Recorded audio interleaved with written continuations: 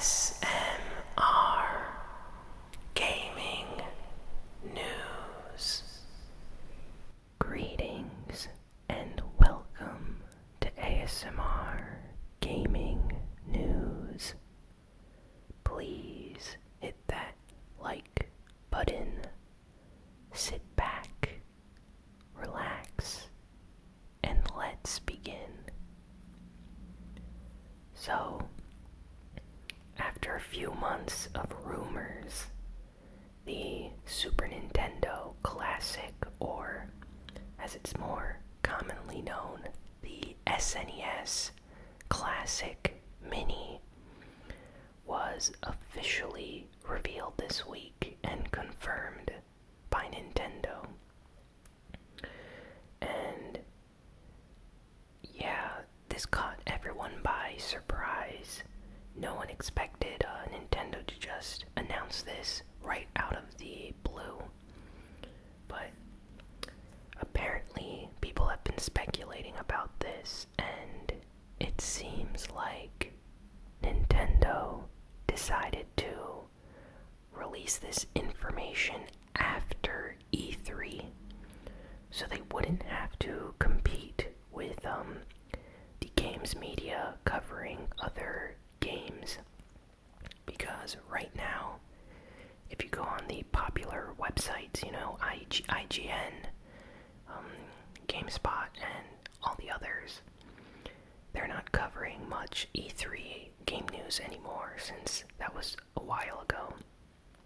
All their coverage this week was all Super Nintendo Classic stories and related content to that. So Nintendo really had a good business plan with this going forward to market the SNES a few weeks after E3 in order to grab all the attention from all these news media outlets online. So basically, the SNES Classic is going to be coming out on September 29th this year. So that's just about 3 months away. We have July, August, and all the way at the end of September is when the system officially comes out. It's listed, the listed retail price is of $79.99 US dollars. And I've checked other places online, and it seems like $79.99 is what the price is going to be in other countries and places as well. So, quite a good price.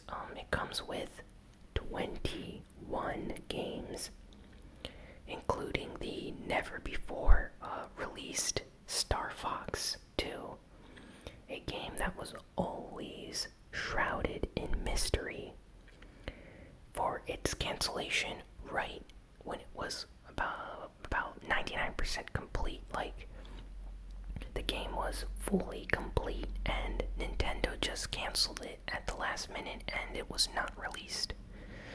People have speculated that Star Fox 2 was not released because they felt it would take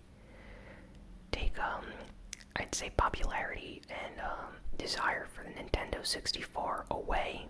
So they decided to can this Super Nintendo game, which at the time was, I'd say, very old. Like, Nintendo wanted to move forward with their hardware. So they decided to just cancel it and focus entirely on the Nintendo 64 and games for that. So now, after all these years, we are finally getting this game released, and apparently it's completely finished.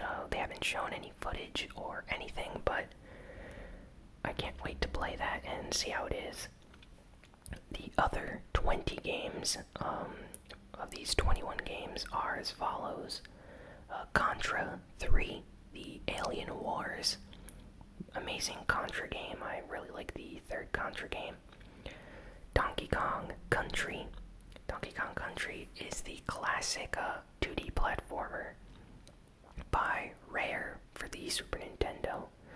A lot of people are a little disappointed at the lack of Donkey Kong Country 2, which is a fan favorite, but I'm happy with the original Donkey Kong Country game. Earthbound. Earthbound, this marks the third time Nintendo has released Earthbound in a digital format. For years, it was an extremely rare game, and now they're just releasing it as a part of this SNES Classic collection, so that's really nice. Can't wait to play that on the SNES with the SNES controller, so that's actually a game that I did not get the chance to play on an original SNES. Final Fantasy III, also known as Final Fantasy VI, since they kind of changed the numbers back in the SNES era for the Final Fantasy games, but Final Fantasy III, Final Fantasy VI are extremely popular, is an extremely popular Final Fantasy game. One of my favorites, and I'm happy to have it in this original form again. Very expensive game now as well, if you try to find it complete in box. F-Zero, the fast racing game for the SNES. It was a tech demo that released at launch to show off the graphics and just what the power of the Super Nintendo was to the general public. So that's a classic game that's included on this. We have Kirby Superstar and Kirby Dream Course. So nice to have two Kirby games on the system. Kirby is always very popular. The Legend of Zelda: Link to the Past, one of my favorite Zelda games, along with Ocarina of Time, and I'd say Link's Awakening. Really like the Super Nintendo Zelda game, so glad we have that included as well. Mega Man X. I love the Mega Man X series, specifically the first, I'd say, 5 games in the series. After that, it kind of went downhill, but Mega Man X, really beautiful sprite art in that game. Capcom did an amazing job with Mega Man. The platforming, the stages, the enemies, the power-ups and abilities, and like new weapons and stuff. Mega Man X is amazing. More people need to play the X Mega Man games. So very happy that they're including this game on this collection. Secret of Mana, or Mana, depends how you pronounce it, is a action RPG by Square. Just like Final Fantasy III was an RPG developed by Square for the SNES, Secret of Mana is another very popular, very famous SNES game. So very happy they're including that. Then we have the original Star Fox. The graphics don't exactly hold up as much now.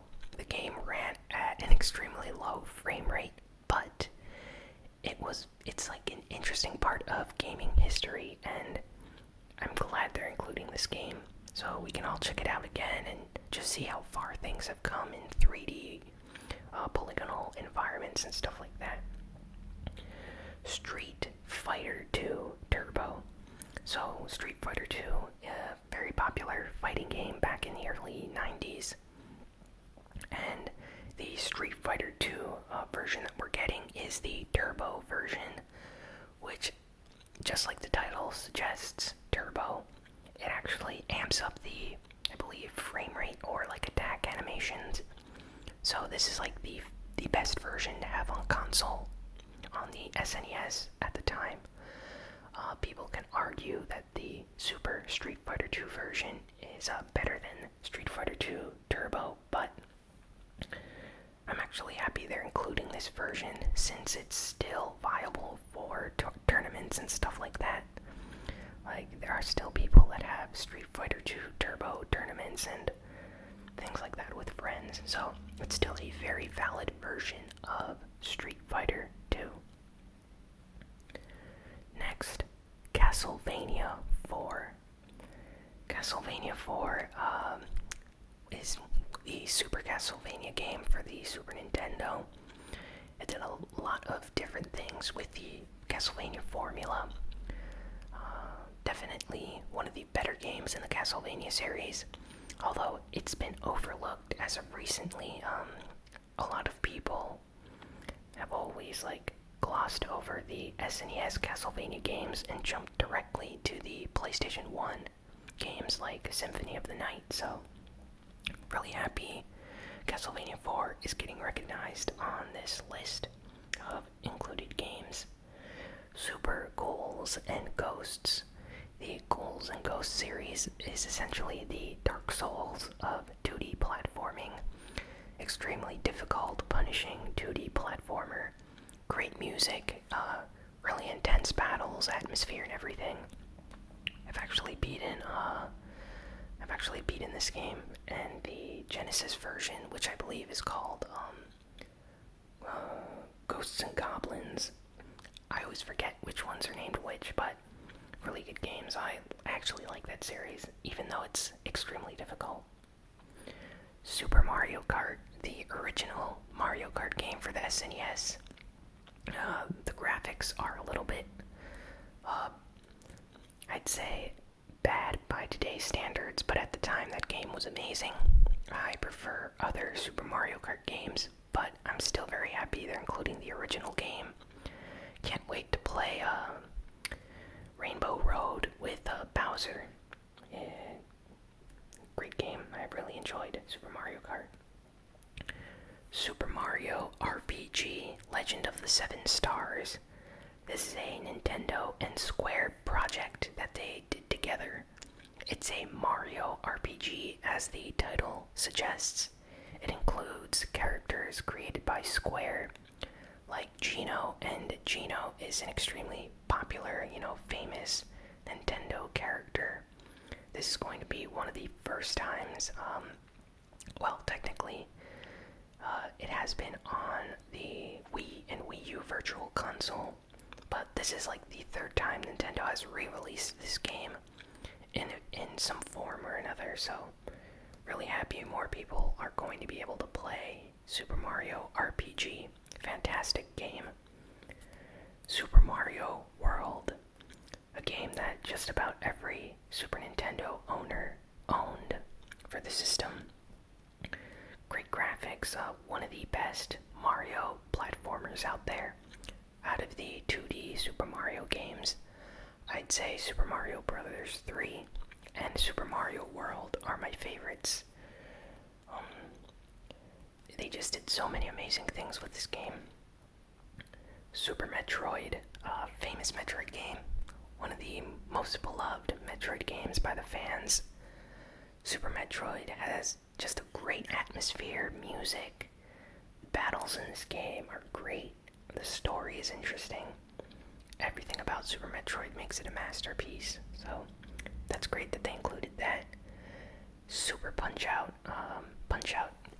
the famous boxing series, featuring very unique and crazy characters. Super Punch-Out is one of the better versions of the game. Better graphics, crazy characters in this one as well, so that's nice.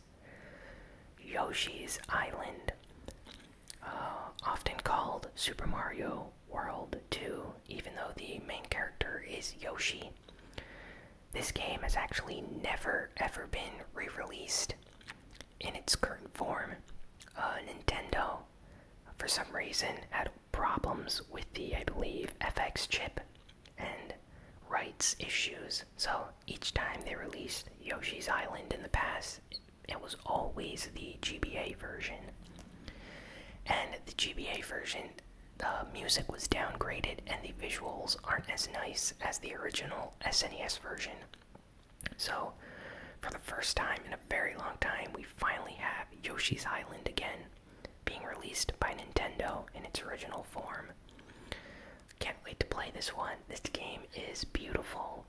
Shigeru Miyamoto created Yoshi's Island as a sort of response to Donkey Kong Country, because when it came out, he was kind of jealous at how these British developers managed to create a game that looked better than a game that he was working on for a very long time.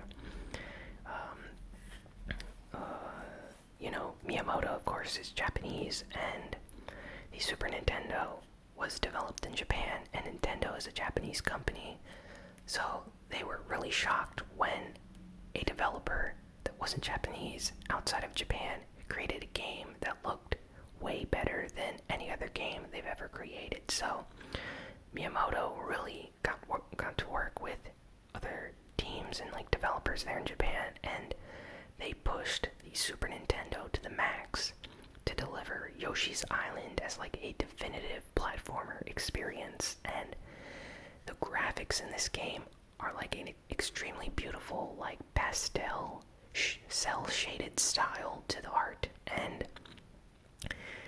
it's like there's 2D and 3D environments clashing together in certain areas.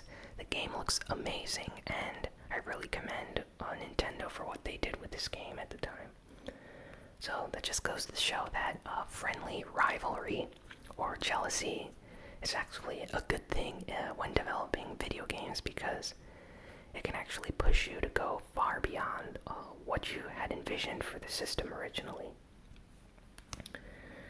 And the North American and European version of the SNES Classic are exactly the same in terms of games. So no differences for the games, but the European version has, the design of the SNES in Europe is exactly the same as the Japanese Super Famicom version. So you will not be getting the purple buttons on the controller, and the system will be a gray color with rounded edges instead of sharp right angles of the original like SNES in North America. I believe Nintendo once said that they decided to change the look of the SNES in America because at the time in the early 90s, the Genesis was being targeted towards teenagers, and Nintendo wanted their system to appeal to like the older, edgier, cool kid crowd. And they felt like colored buttons of blue, green, yellow, and red looked like a child's system. So they decided to give it like a cooler gray, purple look, with like sharp edges and angles on it, so teenagers and like people like that would buy the system. Whether or not that worked, I'm not sure. The cartridges are also different. The Japanese and European cartridges are more rounded and larger, whereas the North American cartridges are like rectangular and sharp edges on them. They don't have rounded edges. I actually prefer the European SNES console and controller, but I prefer the North American cartridges because I think they look nicer than the large rounded cartridges that Japan and Europe received. So speaking of Japan, they're also getting the Super Nintendo Classic called Super Famicom Classic in Japan. And they have a slightly different list of games. Basically, they have the exact same games, except a few were switched out for the following games. They're getting Fire Emblem Mystery of the Emblem, so a Fire Emblem game. They're getting Panel de Pon. Panel de Pon is Tetris Attack, so they're receiving one of the more popular Tetris games for the system over there in Japan. Super Formation Soccer. I believe Super Formation Soccer was one of the early Konami games that eventually led to the development of Pro Evolution Soccer in that franchise. So for sports fans, it's a very important title. The Legend of the Mystical Ninja Goemon. That game is actually a cult classic here in America. So kind of curious that they did not include that game in our version. I know a lot of people would have enjoyed that game, but it seems like only Japan will be getting it. And lastly, Japan is getting Super Street Fighter 2, the new new challengers. So Japan is actually getting a different version of Street Fighter 2 compared to our version. This version actually features new characters, hence the name, new challengers. So some Street Fighter fans are kind of disappointed about that decision, but our version is still very nice. Nintendo confirmed that the SNES Classic Mini is going to be limited in release. So it's only going to be available in 2017, so do not expect to find this in stores after this year. So after the holiday season, it's gone, and they probably will not be restocking stores. Let's see what else. Oh, and Nintendo clarified, saying that they're actually going to increase production of the SNES Classic and ship more units to stores this time. So they will be able to meet demand of all the fans that want to purchase one. Since I think they learned their lesson with the NES Classic, which was extremely difficult to find in stores a week after release. I've only seen them in the wild twice, and that was around Christmas time. So Nintendo this time has learned their lesson, hopefully, and have said that they're going to be shipping more units to stores in order to meet demand. So if you haven't pre-ordered one yet, or I don't know, you should probably do that soon. Maybe not wait until the release date to pick one up, because that's probably risking it a lot. You should probably speak to your local retailer about pre-ordering it, or perhaps how many units they're going to be receiving if you're interested in picking one up. I know I'm very excited for this, and I can't wait to get one. The only thing that I'm a bit disappointed is that they're not including Chrono Trigger, which is considered one of the best RPGs on the Super Nintendo, up there with Final Fantasy VI as one of the best games on it. So Final Fantasy VI is great and all, but I really wish Nintendo would have included an extra game and made it Chrono Trigger, but hey, you can't have everything. Well, enough of SNES Super Nintendo news. Crash Bandicoot Insane Trilogy released today. Released this week. I think it released yesterday, but let's just say it released this week. And early reviews are fairly positive. Lots of media outlets have praised the game, the graphics and stuff like that. There have been some negative reviews I've seen online. Apparently, some people, critics have taken issue with the fact that the game looks better, but that's basically the only thing that has changed from the original games. So the gameplay and everything is exactly the same as the game we received back in the 90s, so no big improvements have been made. So some people are a little bit upset about those reviews, but other than that, most of the reviews are very positive. People have been saying that these developers should use this exact same engine and release a new Crash Bandicoot game, completely new, next year or year after that. Just following the same design of this game and releasing maybe a Crash Bandicoot 4 or something like that. So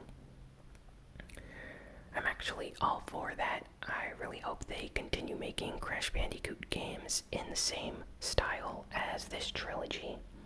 That would be really nice. Sony has officially brought up the PlayStation 5 this week. Yes. Apparently Sean Layden, very important guy at Sony, was interviewed by a German website, and he brought up the PlayStation 5 and said that they are thinking about it. are, developing it, creating it. And it's still a while away from release, so don't expect it anytime soon, he said. So that's a prediction that a lot of people have had for some time right now. We all know the PlayStation 5 is in development, but to hear it directly from Sony is important, simply because he says not to expect it anytime soon. So that means that we should probably wait at least until 2020, 2019, until we probably get some reveal of some kind from Sony regarding the PlayStation 5. I mean, if you look at this year and the next year, Sony has a lot of big titles coming out, and games like Death Stranding, Final Fantasy VII Remake don't even have a release date yet, so those games are probably like 2019 at the best. 2019, 2020 at worst. That means we have to wait like 4 years from when those games were announced to actually have a release date, so hopefully we don't have to wait too long.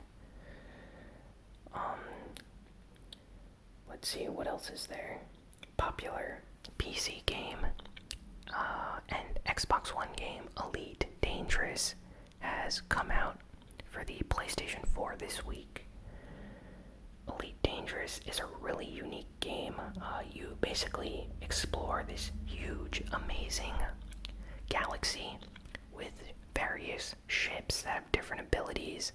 Each ship you can customize and do new things with it. There is an offline mode, but the mode that everyone plays is the online mode, where you can encounter other players, both friendly and enemy players. There are pirates that will try to destroy your ship and take your money. You can take on bounties and quests, and in order to earn money to upgrade your ship and new resources and stuff like that. It's a very intense game, but the community behind it is extremely large and growing all the time. If you're interested in this game, I suggest checking it out.